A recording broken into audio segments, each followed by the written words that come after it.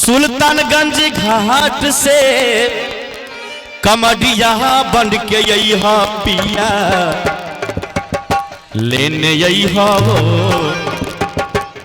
लेने यही हो पिया टिकली बाबा धाम से लेने यही हो पिया टिकली बाबा धाम से।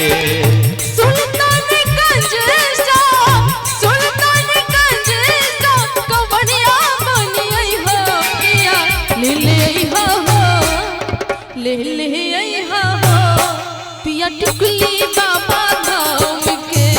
ले पिया टिकली बाबा धाम के टिकली बाबा धाम से वो टिकली बाबा धाम के हो टिकली बाबा धाम से हो लेने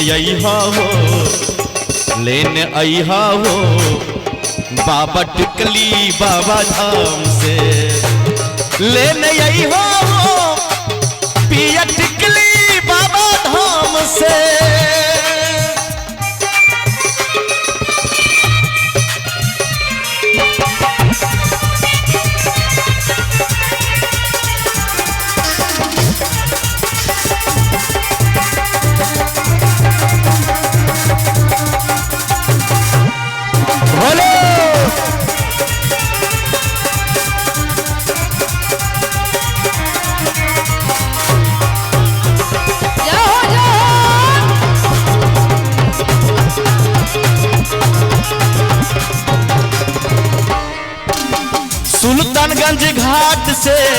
सुल्तानगंज घाट से कमरिया बनी अइहा पिया सुल्तानगंज घाट से कमरिया बन के अइहा पिया लेने अइहा हो पिया सिंदूर ले अइहा हो पिया सिंदूर बाबा धाम से सिंदूर बाबा धाम से वो सिंदूर बाबा धाम के हो लेने अइहा हो पिया सिंदूर बाबा धाम से लेने अइहा हो पिया सिंदूर बाबा धाम से।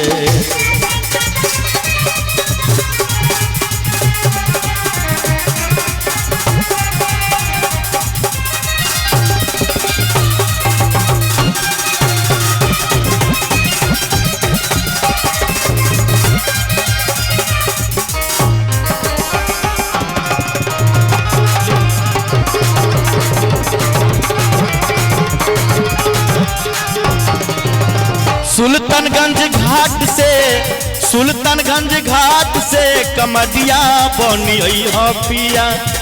ए पिया ओ सुल्तानगंज घाट से कमरिया बनी अइहा पिया लेने अइहा हो। औरतिया कहती अपना पति से का कहती है हमारे लिए शंखा चूड़ी लई हो सिंदूर लई हो टिकली लई हो अब बबुआ सब ले प्रसादी लई हो लेने अइहा हो पिया चूड़ी बाबा धाम से ले अइहा हो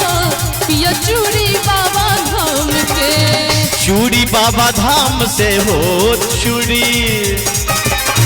लाठी बाबा धाम से हो लेने अइहा हो पिया लाठी बाबा धाम से ले अइहा हो